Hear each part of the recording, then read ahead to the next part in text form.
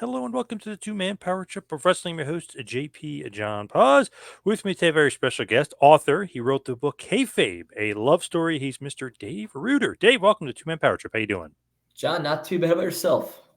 I'm doing good. What's going on in your world and what's going on with the new book, Kayfabe, A Love Story? Awesome picture of the barbershop window getting destroyed on the front. Appreciate it. Yeah, Kayfabe A Love Story is a book that I just published and released in the past week or so ago. It is 87 chapters, paying homage to my favorite WrestleMania, 1987's WrestleMania 3, which is why I became a fan, and everyone has a story on what kind of made them a wrestling fan. To me, it was WrestleMania 3, Ricky Steamboat versus Randy Savage. That's my match. I've probably seen it 1,500 times, and it's probably not an exaggeration. That is not hyperbole. I've seen probably that match that many times, but it's 87 chapters, and the chapters are short, hopefully funny, hopefully entertaining essays written strictly in kayfabe. So when I was deciding to write a wrestling book, which was my wife's suggestion, because you know how much I loved old school wrestling growing up with, I realized what I didn't want to write about was the shoot side of things, right? As far as the backstage heat and who was supposed to go over, because I think kayfabe is probably dead. It probably died 20 years ago or 15 years ago, and I don't think I could have added anything new, right? It's me probably would have been regurgitating the same kind of shoot interviews that you see on YouTube or other podcasts. I don't think I could have contributed anything new to the conversation. So I thought, what if I kind of just go back in time? What if I write about these wrestlers and these matches and these storylines as if kayfabe was still alive and well, as if I'm just an 8-year-old watching in front of the TV, watching Superstars and Wrestling Challenge. So that's what I did. So it's no shoot stuff. I don't mention Hulk Hogan's real name. I don't mention Terry Bollea or Mark Calloway for The Undertaker. These guys are just Hulk Hogan. They're just The Undertaker, and they're living in this alternative universe where whatever I watched on TV was absolutely truthful and real and not predetermined or not scripted at all. And really excited writing the book, John. I think I am more excited to write the book than people are to read the book. But hopefully that changes as they get their hands on it. But it's something I really enjoy doing it. There are other projects I worked on, John, were probably a labor of love. I didn't consider it a labor of love because selfishly, I got to binge watch wrestling on Peacock for 2 years. So locked myself in my basement. I watched every pay-per-view that they offered from 1985 through 1993, which was the time frame I covered. So certainly kind of correlates with your audience and a golden era of wrestling. And I love kind of reliving my childhood and reliving my youth. And I'm hoping that the readers who pick up this book kind of pick up on that same nostalgia and the same feelings that I had while rewatching.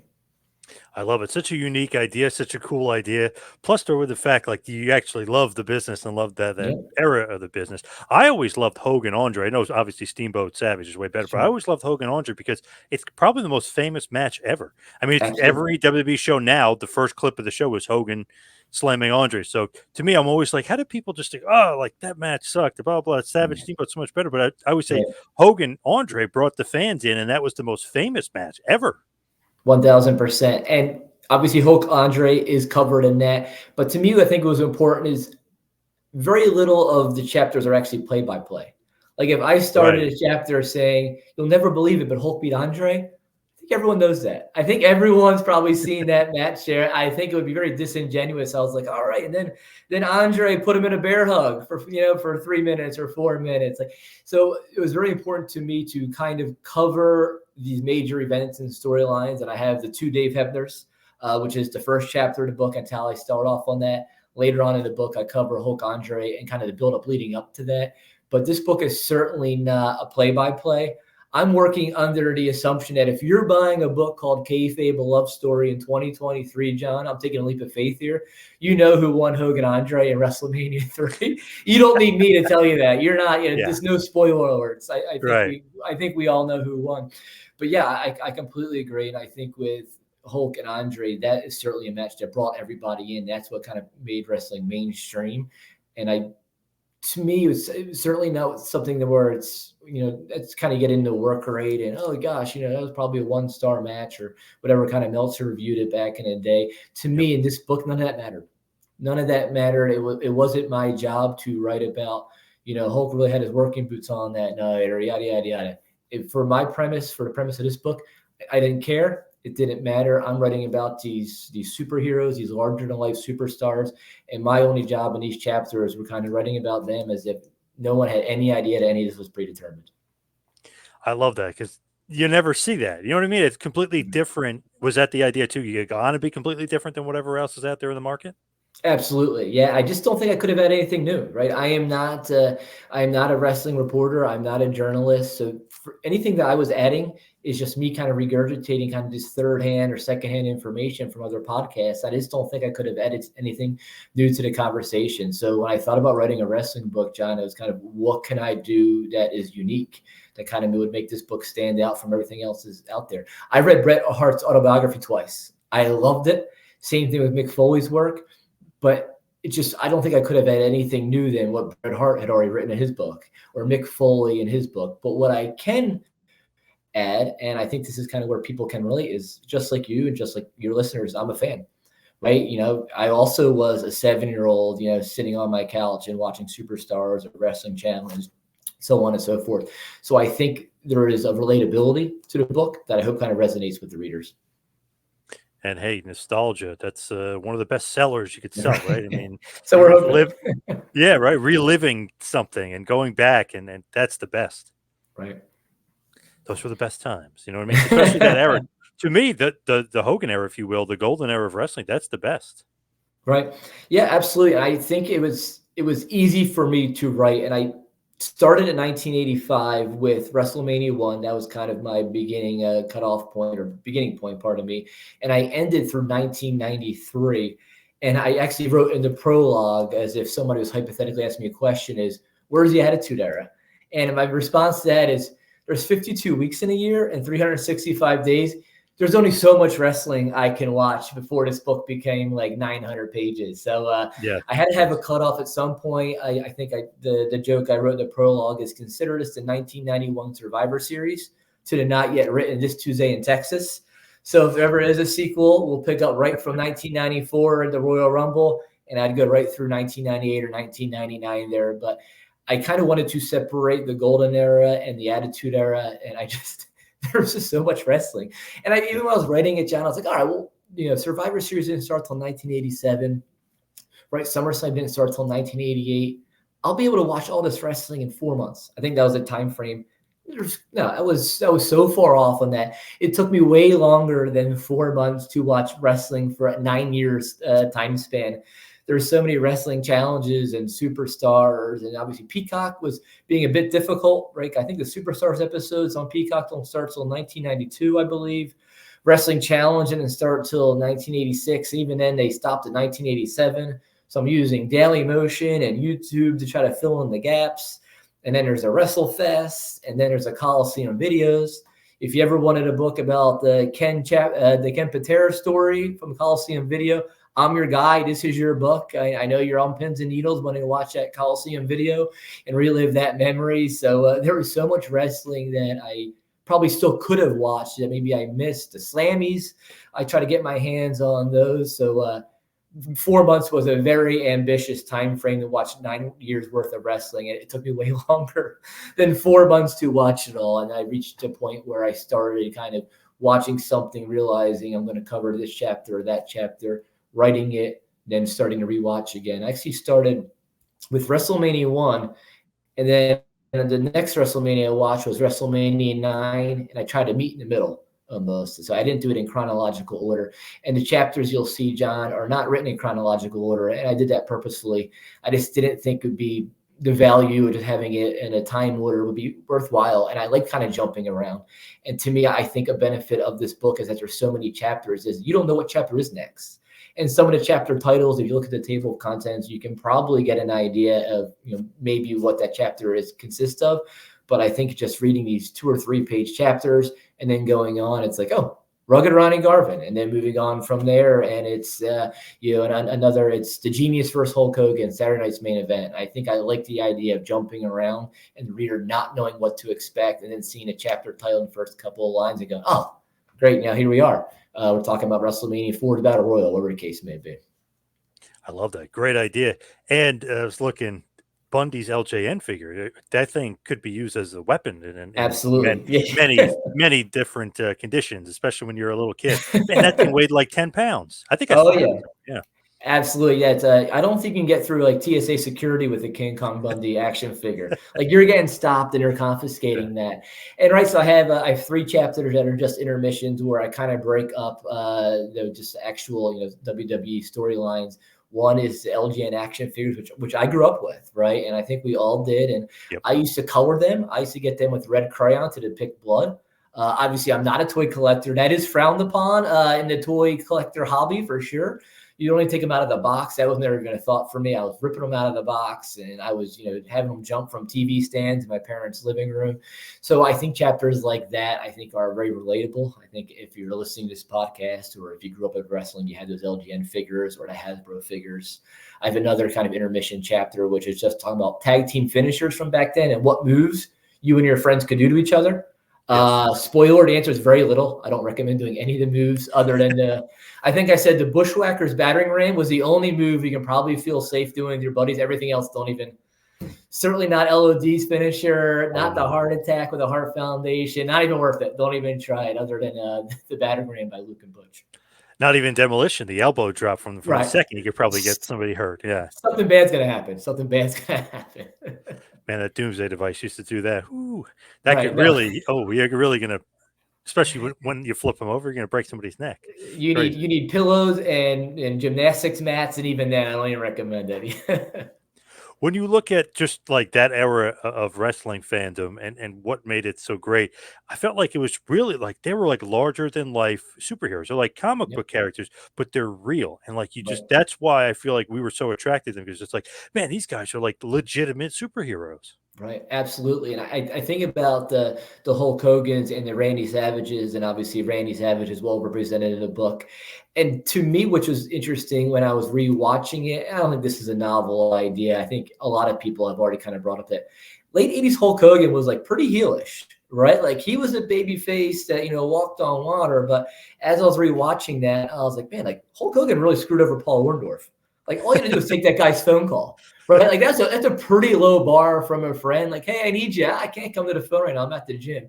Like that's a real crappy friend, and Right. and then obviously Hulk and lusting over Miss Elizabeth. So like as I was rewatching that, to me it was more obvious that the baby faces that we rooted for when we were kids were maybe not as much as big as baby faces as we thought.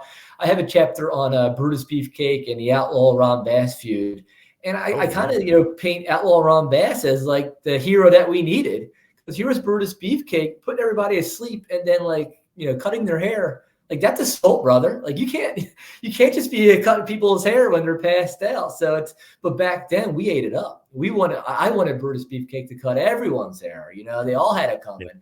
But as I'm rewatching this as someone who's 39, 38 years old, I was like, oh, that's a pretty crappy move by Brutus. Like, you can't be doing that. So enter Outlaw Ron Bass, who everybody hated as a kid. We're like, good on Ron Bass, defending all the guys with these butchered haircuts in the back, kind of doing his part. So to rewatch all that stuff and kind of in your mind kind of formulate, oh, the baby faces weren't maybe quite as baby faces as we thought. And the heels were kind of just defending themselves or sticking up for themselves. So to me, that was kind of an entertaining way to look back as rewatching that and then kind of depict that in these chapters.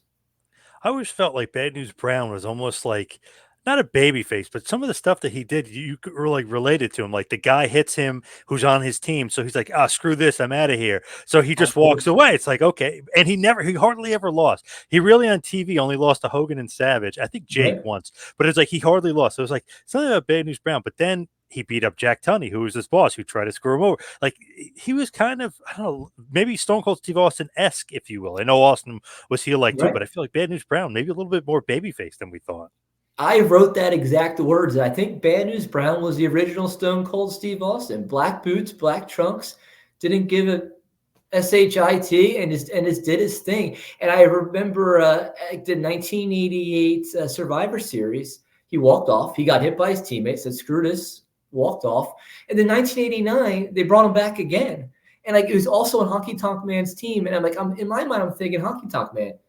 we learn how this goes. Like, you can't trust Bad News Brown. Yeah. Why are you bringing him back a year later? And the exact same thing happened. To me, that was like a very funny way as I'm watching the Survivor Series. I was like, why do we keep bringing Bad News Brown on our team? You can't trust this guy. He Yep. doesn't want to work with you. But I agree. Like, Bad News Brown is a great example where he was no nonsense. He was the only, and correct me if I'm wrong here, he was the only heel wrestler that I can think of that era who did not have a manager. Right? He was Right. every wrestler had a manager. You're either under Jimmy Hart, Heenan, Fuji, or Slick. And he was the only heel wrestler that I could think of that didn't have a manager, didn't want one, didn't need one. And where he's had like the Randy Savage, where everyone kind of came out to that one championship wrestling taping and tried to kind of recruit him, and all the managers are circling around the ring. Same thing with Bam Bam Bigelow. That was an angle that they played up where all these managers came outside recruiting him. No one bothered with Bad News Brown. I think even all the managers were like, I can't control this guy. I want nothing to do with this guy. And to me, he's a really good example of, yeah, he was certainly a heel, but in hindsight, I think he's probably more babyface than maybe he let on. I agree. And he kind of told you, like, I'm no nonsense. Don't mess with me. I don't trust anybody. Don't Right. trust me. Like, he kind of wasn't, being a heel about it. He was telling you straight up. Right. Absolutely. Yeah. So just those two Survivor Series, it's like, don't double cross them. And I mentioned this in another chapter regarding WrestleMania 6 with the Demolition Colossal Connection match, whereas Bad News Brown, I think in Survivor Series 88, he held it was Sam Houston, I believe, held him from behind, and Sam Houston ducked, and Greg Valentine hit him. And I think I wrote in that chapter, I was like, why are we always trying to hold the wrestlers from behind? They always moved. Like, you're better off trying to cross the Pacific Ocean via swimming than holding a wrestler for 3 seconds from behind. They always moved. Like, why didn't one wrestler be like, it's not worth it? The risk doesn't outweigh the reward. And I think kind of all these common tropes that I would see like rewatching wrestling. And like when I was watching WrestleMania 6, I've seen WrestleMania 6 a few times when Andre holds up Smash and King Haku's ready to kick him. I'm like, why are we trying this? Like Bobby Heenan in the pregame film, why didn't we say don't hold him from behind? They always move. And sure enough, Smash moved and Andre got kicked in the face. So I think like seeing these tropes over and over again to me is like a funny way to kind of sprinkle those in. Like, why are we trying this? Like, we have years and years of evidence to saying that holding a wrestler from behind never works. Let's try something different. I love that. Is that your favorite like trope that they use, or maybe like the ref during a tag match always goes to the babyface team? Like, no, go back, and the guy cheats. Like, what's your favorite? That's certainly up there. I think another one is that the rule that is never enforced, whereas you have 5 seconds to leave the ring after a tag. I mean, come on, are we even trying to count here? Like Marty and Sean were in there for like a minute and a half after a tag here, like. And then I also said one of the early chapters is closed fists are illegal. Why even bother? I actually think like maybe Jimmy, like 2010 or 2011, I think they actually came out and said that's no longer a rule. But for years, that was a rule that was just never enforced. And, they said it in Jesse Ventura, pardon me, said at WrestleMania 3, while Steamboat's using a closed fist, those are illegal. You think an Intercontinental title match at WrestleMania 3 that any ref's going to step in and say, oh, sorry, Steamboat, you're disqualified. That's a closed fist. And that was never enforced. So it's like funny to see like what rules are, quote unquote, rules that are never enforced, except for the illegal chokeholds. That was like 5 seconds. And, wrestlers got scared of that. 4.5 seconds. And they let go of the hands. Andre the Giant was very cognizant of that 5-second account when he was choking somebody with his singlet. But it's funny what rules wrestlers were terrified of breaking. But then that closed fist one, that was an open season, John. I love that some of the results you had in the book too. Closed fist, closed fist, DQ, because it should have been right. An automatic DQ. Come on, guys. Letter of the law. I think it would have been a 15-minute card. I don't think it would have been that entertaining for the fans. That's why Valentine and Garvin, they're right not to throw as many punches, although obviously they did, but they threw a lot of chops because, hey, that's not illegal. You could throw the chops. That's by the rule book. So they're just playing by the rules. I respect that. I know you love the Valentine and Garvin feud as much as I do. And one of my favorite feuds. I know you love that feud. Yeah, absolutely. I think Ronnie Garvin and Greg Valentine, I think that's a great example of where you're not getting a 5-star match as far as kind of work rate and false finishes, but I think it was a realism that those two had is because you can tell that they were hitting each other hard. and that it hurt. And I think that was a feud where you have two guys that can really know what they're doing and that make it look real. That those punches certainly packed a punch behind us. So that's certainly a feud that resonates with me. We talked about this before air, with the exception being that in the Royal Rumble 1990 it was a submission match, yet it took them 20 minutes to realize, oh, maybe I should put on my figure four. They just kept trying to pin each other, and the ref had to slap them on the back. To me, that's like where Jimmy Hart should be like, Greg, we talked about this. Yes. In the pregame meeting over breakfast. It's a submission match. Stop trying to pin them. But to me, it's like a funny way where it's like, how do you guys keep forgetting this? Like, both of your finishers are submission moves. Why are we keep trying to pinning these guys? But what are you guys doing? Right, exactly. To me, that's the microcosm of late 80s, early 90s wrestling, you know? Another thing, I'm thinking of like crazy things that happened during that era. And we are talking about Hogan before. He actually, a lot of his just offensive maneuvers, like the raking of the back, the raking of the eyes, that thing where he does, which I call like the tripods or the tripod of elbows, where he goes 1, 2, and then he doesn't do it, and he pokes, with your foot, he stomps your eye. Like that's all like heel stuff. So I like another thing, like Hogan, what? Come on, man, you're almost being a villain here, Hulk. Absolutely. I think I wrote about one chapter, 1991 SummerSlam, the main event, which was the Triangle of Terror against Hogan and Warrior. Probably the worst main event I watched in my rewatch. It's not a great match. And I'll get to the back raking in a second, but something else I point out is there has never been a handicap match where a team with more wrestlers has ever won. That's like an automatic loss. If it's a handicap match, whoever has 3 people or is 2-on-1, they lose every time.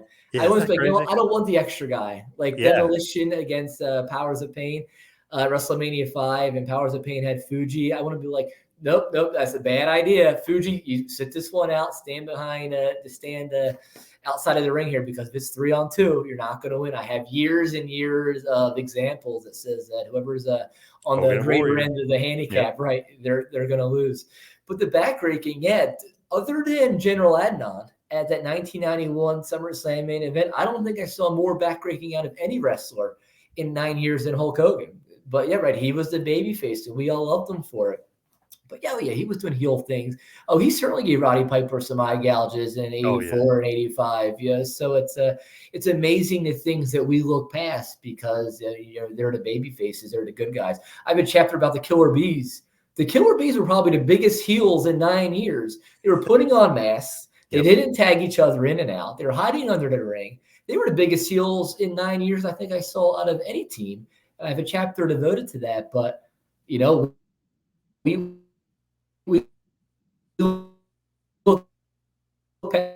past it. Meanwhile, the Conquistadors, they were doing the exact same thing, and people hated them for it, right? There was no difference. It's kind of just how we look past things, depending on if we like them or not. Yeah, I totally agree. And look at Bad News Brown and Hogan. Hogan used to cheat to beat him. He used to use the foreign object, if you will, like to beat Bad News. So Hogan would even cheat to win. Crazy. Right. He had the motorcycle helmet. I believe during Nerf feud, he used to wear the motorcycle helmet. The war bonnet. And used to whack Bad News Brown with that. So Hogan wasn't above the law. Right. The war bonnet. Exactly. Hogan wasn't, Hogan, wasn't above, playing by the rules. He would cheat if he had to. It is funny, like, just to look back at that era, just see how many guys, like, that anybody, not even fans, like, would know who they were. It's such a strange thing, like, looking back, it's like, I was talking to somebody, never watched wrestling, knew nothing about wrestling. They knew who Jimmy Superfly Snuka was, Junkyard Dog, and the Iron Sheik. And then they said, obviously, we know Hogan and all these other guys. But I was like, wow, that's kind of not rare, but that's like shows you how much in the culture and how much of like mainstream those guys were. I was like, wow, that's not random guys, but that's like, wow, guys, I wouldn't think that guys that never watched wrestling would know who they were. Right. Don't you love that though about I think a lot of it that has era to do too? with probably their. Oh, absolutely. I think a lot of it has to do with their kind of partnership with MTV, right? I think that put a lot of wrestlers on the map. And the guys you named were on the cartoon. Was it the Hulk Hogan and his friends, or the name is mistaking me right now? Rock and But wrestling, I yeah. think it was such mainstream rock and wrestling. Thank you. That was such part of popular culture that it makes sense. And like the Junkyard Dogs and the Jimmy Snukas, and I think this on the Brawl for All on the MTV special, I think a lot of that resonated. I think having Mr. T on WrestleMania 1. I know Piper and Orndorff didn't like working with Mr. T, but from an eyeball standpoint, as far as getting people to tune in, I mean, 18 was so insanely popular back then, right? It makes sense, right? You're not appealing these WrestleMania or these pay-per-views to the common fan. They're watching regardless. The hardcore fan is watching WrestleMania regardless. You're trying to find a new audience and bring in these celebrities. WrestleMania 1 was littered with celebrities. There were so many. I think putting them all on the card and having Mr. T in the main event, I think it kind of skyrocketed the WWE, from then on out. Absolutely. So as we hit the wind down here, we head towards the finish. Tell everybody where they can get the book. Just one more little final synopsis of the book and some other books that you have as well. Sure. So Kayfabe A Love Story can be bought on Amazon. You can do Amazon Prime and get it before the holidays here. Barnes & Nobles, anywhere online that you buy books, to search for Kayfabe A Love Story. It's 87 chapters, hopefully funny. Rule number one, if the chapter I didn't think was funny, it wasn't included in the book. So they're meant to be quick reads, entertaining reads. This is the third book I've written. I'm a Philly boy, so I wrote a book about the 76ers and the Philadelphia Phillies. Kind of the same, landscape, or kind of same premise, where they're short chapters, in this case devoted to more obscure random athletes. But Kayfabe A Love Story, written strictly in kayfabe, doesn't cover anything scripted, or doesn't cover backstage heats or predetermined results or discussions that took place, all living in this alternate universe where wrestling isn't scripted and the matches aren't predetermined. Really happy with how it turned out. Hope you find it funny. That is certainly the intent there. I remember there was a Reddit thread about my first book about the 76ers, and I came from a blogger world, John, so I don't think I can write a fiction novel.